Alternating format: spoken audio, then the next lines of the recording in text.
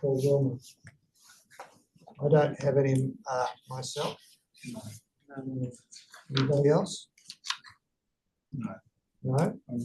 I'm going to NEMA. Just say to confirm that we are going away from NEMA to saving our. I can answer that, Councillor. It's quite thorough here, but I checked again with Karen today. Yeah. NEMA are moving away from several sites and obviously pulling back. They've paid a token amount of money to Ruakahika, one-off, who have paid us a token amount of money, 3,500. Karen did say that the sites they were monitoring were very close to our sites, so it's not going to be an enormous burden, but they've not clarified what they were retiring from the monitoring. Was it monthly or continuous, which makes a big difference. So this is obviously a strategy of theirs, to pull back from remote areas. But so Karen is all over it. But so the answer there is yes, this is something that's ongoing. Yes, we are going to be picking up some sites. Yeah, okay. If there's nothing else, somebody like to move or accept that report? I will move that we All moved and seconded by no. That we receive the report. All those in favour, please say aye. Aye. Against, carried. Thank you. Right, thank you, Wilma. Thank you. Sorry about that. Right, item 9.6 is the Yes. there's somebody that Tracy or Bethy are here.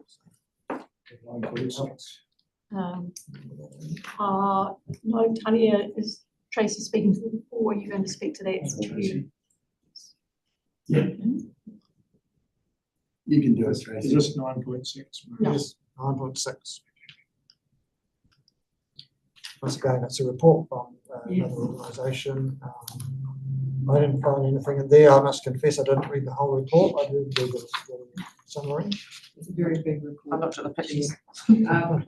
Just some highlights which are really important, and we did go into this in a little bit of detail earlier in the year when we looked at their statement of intent, and we talked about the amount of borrowing that they're going to be undertaking given the three orders and everything else, and it is all coming to pass.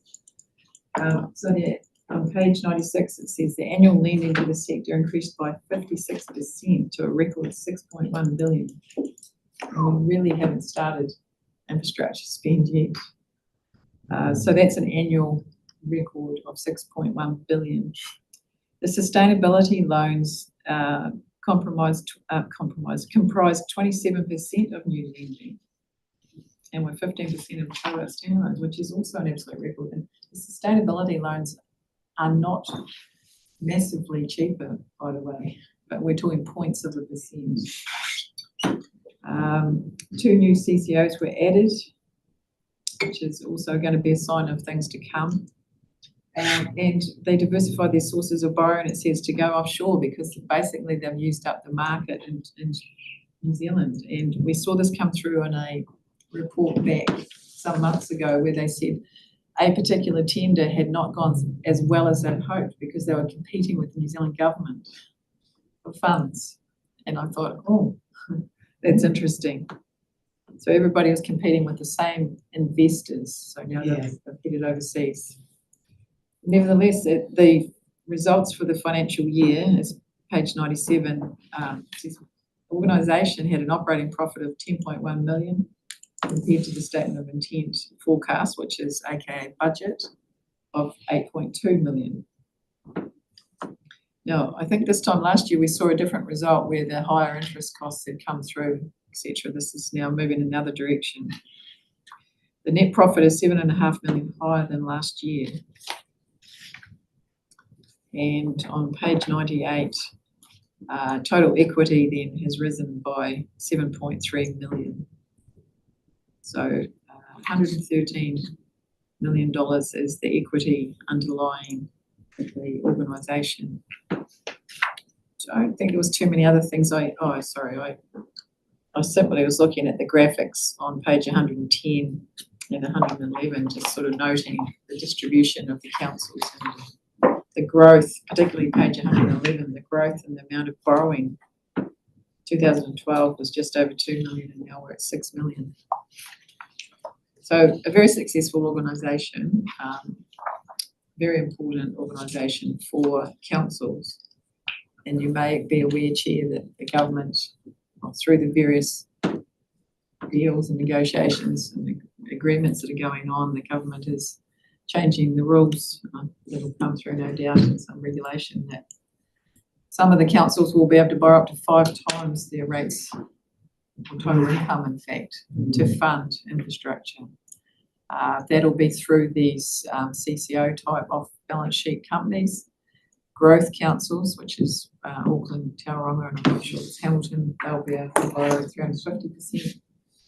Councils like yourselves are still on 175% of total income. So substantial borrowing yet to come through the LGFA. So that what sort of interest rates can entities borrow at? Is it sort of 0.5% less than what they could get from the bank or something like that? Or? When rates were higher, it was up to 1%. The margin has come down. I couldn't even quote it now, but I suspect it's between 0.5% and 1%. Hence, commercial organisations are paying, and some of the farmers in the room will know this, commercial organisations pay far more than a residential. So when we look at residential rates that are quoted, they're the very lowest you can get. And so commercial operators normally work on OCR plus. And so this is still, for our organisation going forward, a very important funding option. Who underwrites it all? It's not just LGFA. There must be some other financial organisations that have got vast wealth to be able to underwrite this. Well, their vast wealth is from the investments, the investors. Yeah. Superannuation funds. You'll find all of your, if you have KiwiSaver, all of you will have been invested in LGFA. Yeah. Any other questions? Alistair's got one, I think. My way of thinking, this thing's dangerous. If you go to 5 times your rates and the interest goes to 10%, well, you've only got half your rates left for maintenance and general things. So the whole concept is dangerous. Sorry, you can borrow, councillor, 5 times. If you borrow to 5 times your value of your rates. Yes, total income actually, yeah. So you then, if it goes to 10% interest rate, you've only got 10% left to do all your maintenance, pay your staff and do all sorts of other things. I think it quite works like that. There's also covenants on the total amount of interest that you pay relative to your total expenditure. So there's a few safety rails or guard rails, but nevertheless, it is an organisation that obviously is very aware of these things and has to plan its balance sheet. When this council agreed to become a contributing shareholder, but borrower, which means we're liable for the other councils. We did discuss this, the total liability and how it might come to pass if there was ever a default. The first port of call before LGFA is ever faced with this situation is that the council itself would be expected to recover the rates from its own ratepayers initially. So that's why it's considered a fairly safe bet by those who are investing. It's all right, this is my view. Oh, look, it's a valid one, and that's why we keep looking at the financial statements and that we remain aware. Jeremy? Oh, sorry, yes, apologies. Exactly that through you, Chair. Just what Alistair said, I agree, totally dangerous. But there was a little clip between you two where Alistair said total rates and you said total income. There's a difference there. Total income is more than total rates.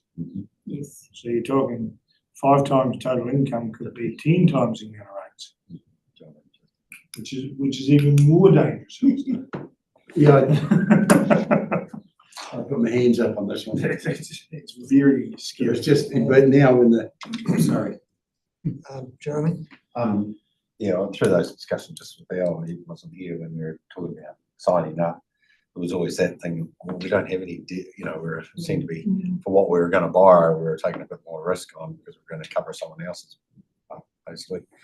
And, but the scope is I don't think there was 3 waters floating around either when we were doing it. And so we've sort of, life's changed quite dramatically since, but the objective for us, I remember even discussing, look, why don't we, borrow 10 million, do wetland project, that was the focus, a wee bit of what could you do to really leverage your assets and things.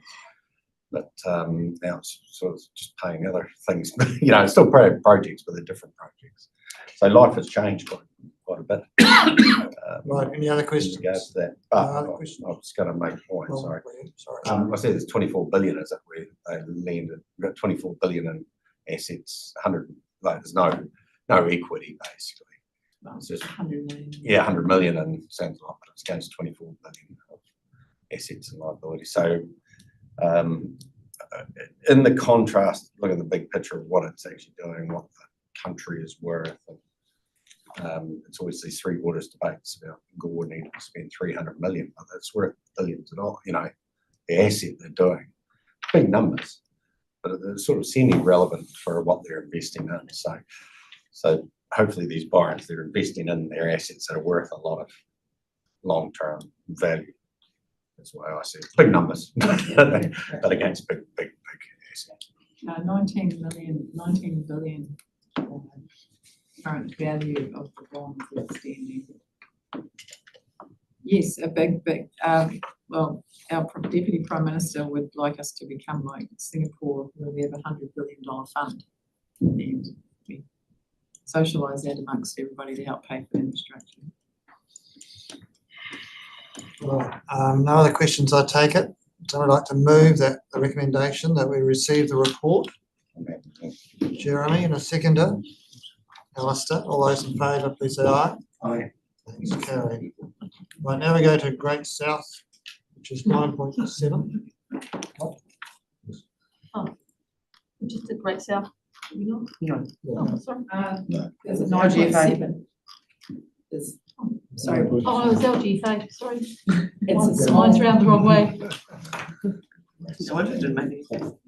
Are you still on holiday? Okay. No, mine's round the wrong way. No, it was swapped. So you Right, yep. focus, please. Let's have any comment on this report. That's fine. Lots of words. Oh, so Just gonna say, Alistair. I'm just slightly concerned about the comments that were passed this morning regarding the availability of some of the reports onto connections for power or for, word won't come, for solar panels. I don't know, do we need to minute that, or do we need to find out about that, or? I'm not sure what you're referring to. Well, there was some people, do you know? it was a comment made by John Pemberton this morning's workshop. in a workshop. So, And it was I guess it was a request for more information because he'd heard that there was some issue with being able to connect to the grid at certain locations. It may not be relevant today. Right. Chair, Unless we have a specific request here and now, we probably can't do much about it. Do you have something, Al, you'd like to? I would like a specific request to find out what's going on, yes. So what? Who do you expect to do that? I'll get it in. No. South. Oh, Great South, yeah, we've got to get it from Great South, yes. I don't know how you go about it. Through you two, what's the specific question, just so we can minute it in the action sheet?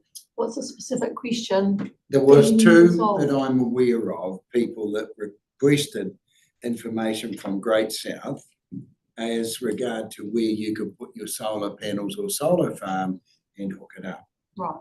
Now, they seemingly have 22 papers explaining them that they seem to be very reluctant to share them with the public. I think that was the understanding. Is that what you got? So the question to Great South is, how secure will solar, people who generate solar power be in regards to their connection to the grid? Is that what it is? No, Great South is holding the information and it's public information, so it should come out. This is for positions of solar farms. Well, I was just going to observe that I thought a takeaway from this morning's workshop was an undertaking to find more information and come back to us. And that was Okay. managed through the workshop process, and it wouldn't be necessary to manage it through this meeting. And Okay, I'm happy there. Chair, make a comment about the financials. Last year I noted that this organisation does not include the statement of intent, which is aka the budget in the financials. All councils like yourselves and others are supposed to report against your budget and your actuals so your actuals against your budget. We also report the council activities separately to our groups, our group being Southport. This set of reports is a consolidated report. We're actually unable to see the results of the Great South itself, separate to its subsidiaries. And we're not seeing the outcome of its reports compared to its budget. And my recommendation or request of Great South would be to do those two things, which would be to separate out the parent from the group and to compare the parent to the budget when reporting. So how do you propose we should do that? Make a motion and second. We'll Make just a get note a- for this meeting and through a process with the, Sorry, Tanya. Jeremy, just wait, please. What was that? through, I believe it would be through Wilma, or our representatives to that group, and just ask. We've noted, is this something that we can have? I am a little surprised that this year it's full consolidated and not separate. I think in the past it's been separate and in the group as well. So is that something we can do through this committee, or does it I need think to it's go? an action we can take. Okay. Certainly. Well, before we do that, Jeremy, you have something to say? We have asked that. We asked last year. We did, we had the meeting, was it the AGM or something? That- Yes. So that has been asked of them, and I don't know why they haven't. So we just need to follow up on what was already being requested, I would say, if we can just ask. Why? Can I suggest that we ask that via the mayoral forum as well? Because we'll all need that information, not just us. It certainly has been asked, that's what I'm saying. We have to Let's keep talk. asking it Yeah. through a different channel. Yeah, I think the last time. So just to get this in the record then, do we need to have a resolution that we ask that question again? It can be an action point, Chairman, like we do for some of the other committees now, have an action point. So, right, Mayoral so- forum. Have it raised at the mayoral forum. So Mariette, have you got that action? Exact words I'm looking for the action sheet Yeah. to request.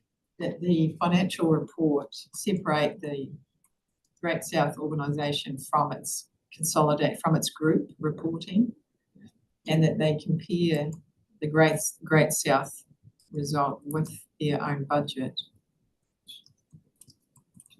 And yeah, Because they have done that, but they didn't do it this year. They didn't do the budget piece last year. Last year they did have it separate, but no budget. Now they've gone both no budget and consolidated. You're So in that'll- difficult times, aren't they? That'll come up to the council. Prudent to and be then able to read council it. decide. Right, thank you, Tanya. Any other questions on that? No? Okay, the recommendation is that we receive the report again from Great South. Paul, move that, seconded by. Well, thank you very much. All those in favour, please say aye. It's carried. Right, thank you. Now, update on council requests. This is 9.9. So.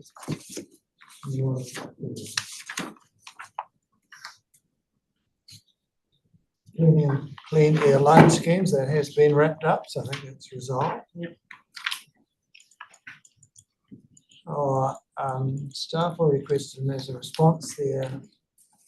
Lucy, I don't know if you know, if you're on top of this one, this is a request about actions that we can take to encourage quicker responses from third parties involved in the consenting process to ensure timely completion of all consents.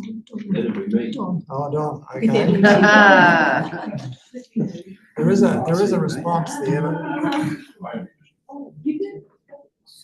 I don't think it is. Oh,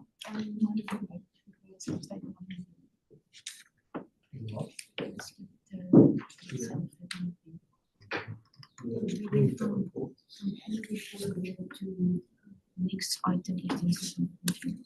Did we slip 9.8? Yeah. yes. Yeah. We've jumped 9.8. Thank you. Which was the statement of intent. sorry, yes, quite right, thank you, Mariette. So go back, sorry. Get to where that document. That's our statement of intent. So we'd like to move that, we I can move that. receive that. And include environment sales input. So we haven't got that to move. So this is letter here in italics. Yep. Everybody's happy with that? I'll second it. I was just, since Phil pointed out, in front of the tiger on there. Great. Oh. Who's They've moving? had Come on, that Phil, come on, many you're the times. one. Hey? Lynn will move that. Bill seconded it. Thank you. All in favour, please say aye. Thanks, Gary. I haven't done any others. Right, we're up to 9.9 now. Right. We're getting there, like, So I'm running off the questions that I've got from Lacey, who's unavailable at a funeral at the moment. So if I run through these, I'll kind of, as I understand the questions. Non-notified consenting process, that where the subject to written approvals is where the issue of timeframes can arise.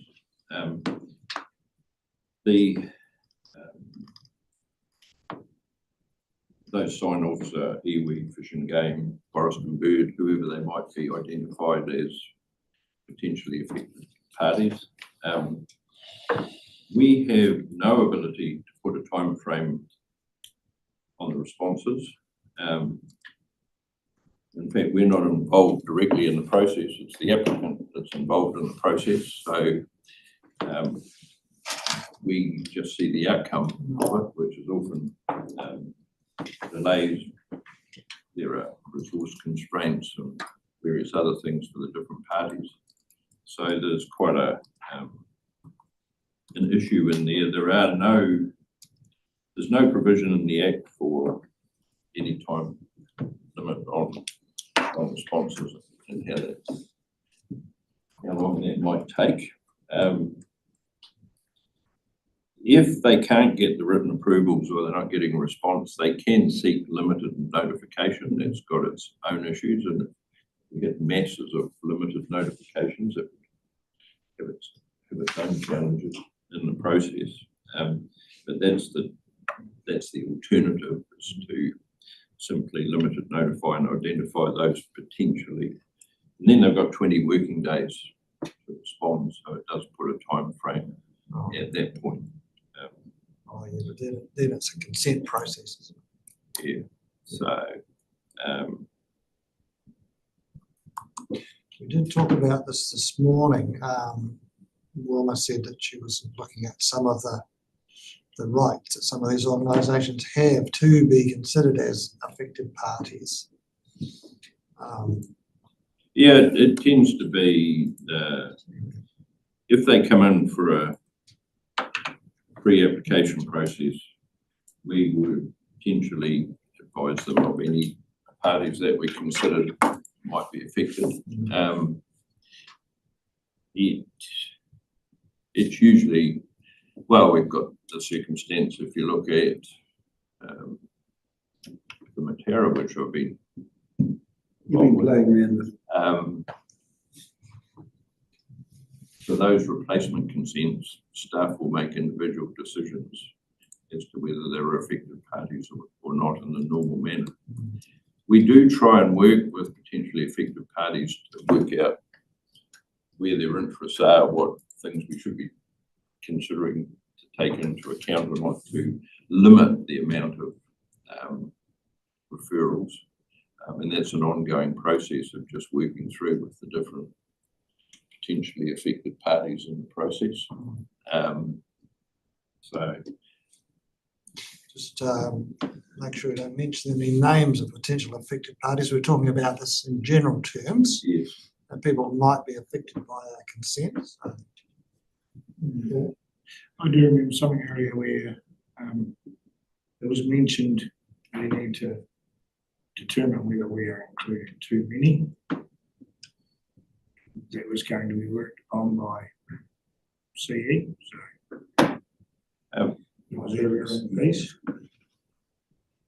yeah, it's a challenging process because in terms of processing consents, council has no ability to interfere in that process. And I'm not being, that's not meant to be as aggressive as it sounds. We obviously understand and listen to what people have got to say, but it becomes a statutory process for the staff involved. They do work to, as I say, work with affected parties and others to minimise the wrong word, limit to a reasonable extent the parties that are considered to be potentially affected in any one circumstance. And, you know, if you look at it from in the Mataura, I haven't spoken to Steve who's processing the replacement consents, but it's possible that, for instance, iwi won't be considered an affected party in all cases, depending on where the consent is and what the circumstance of it is. So they're done on an individual basis. That's not just a blanket. Happens to all the consents that come through in any one situation. So it's not an easy process. It's very frustrating for a lot of applicants, and it's reasonably frustrating for staff at times in terms of the delays, etc. Al? Don, through you, Mr. Chair. Don, look, we get complaints time and time again. My consent has been in there for 6 months. Yep. Now, we have an obligation, as I understand it, we've got to do it within 20 working days. Is that right?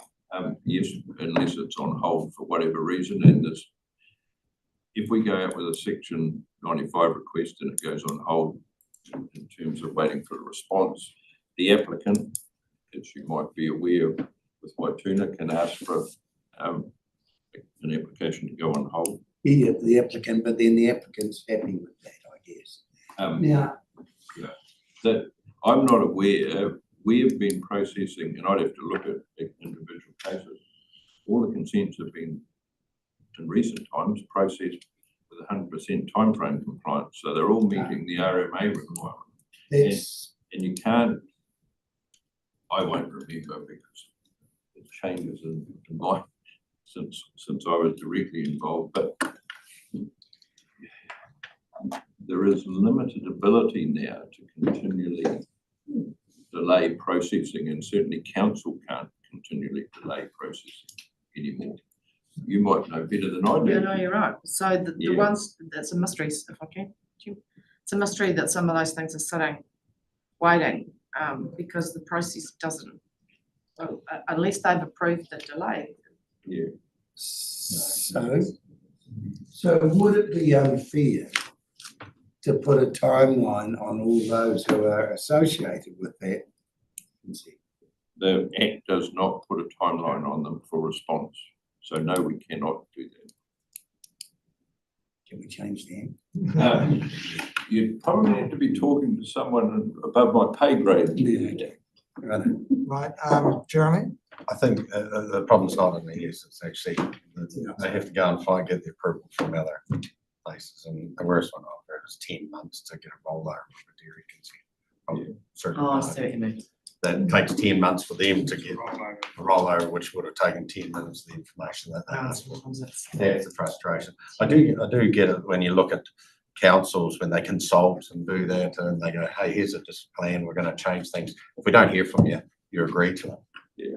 Now that would be quite an interesting And thing. that's You what need to hap- reply within some time, or else That's, we won't, you agree with this consent. that's what happens Maybe. if we limit and notify, because then we formally advise them as a potentially affected party. If they don't respond in the time frame, there may or may not be a hearing, depending on whether anybody responds and what their response covers. So that puts a time frame on, but it has its own costs and challenges as well. Just another question in regard, we choose to engage affected parties. I think it's within our organisation. It's not necessarily, it's by a wee bit of grey, but we've taken it upon ourselves that there are affected parties. Thou shalt. Yeah, Must- there are. thou Look, shalt. I I'm trying to couldn't work top out my this. head, but there's Yeah. work done with each of the parties. There is, I'd have to be talking more specifically to Steve to give you whether there were specific guidelines. But I'm not personally aware that we take a particularly risk-averse process, and I don't mean that unkindly, but where the statutory acknowledgements and a variety of other things, it's kind of a pretty clear and direct process, really. Quick question, yes or no, we got all the signatures on, Sorry? yes or no, we got all the signatures on water allocation processes? Or we're talking about processes and moving forward? I'm going to say yes. That's good, that's all you need to say. We have to report back to the court on Friday, and we will be telling them the process is complete. Thank you. That's awesome, right? I've got another conversation going on in the head, Read yes, that's all I need to hear. Which voices you listen to, That's John? a very good Thank you. answer. So that's a useful Sorry? discussion without I think being. it's a very good answer. Are there any other points there that people wanted to refer to in those questions? Just, Lyndall? yeah, just, I think it was me that asked about the cybersecurity reporting from any other councils and whether how we set in comparison. So, I guess that question's answered, although, it doesn't look like there's been a great response, so. But yes, appreciate that, that was actioned, thank you. All right, thank you. I'm sure if we were an outlier, somebody would have said. Okay, so, to do anything with those? Let's receive the report. Let's kind of a mover for that then. Al, seconded by Paul. All those in favour, please say aye. Aye. That's carried. So 10 is extraordinary urgent business, not aware of any of that. We've had public excluded. On my list here, I've got confirmation of minutes, but we've already done that. You did that, he wasn't up. There's no public exclusion. Yes, there's no problem. No, I just want to check that the minutes have been done. Yep. Okay. So that's the end of the meeting. Thank you for your attendance and contributions. Thank you, Chair. Thank you. One time too. Mary, you know, that I am close the eternally live grateful stream. for that. Forever great.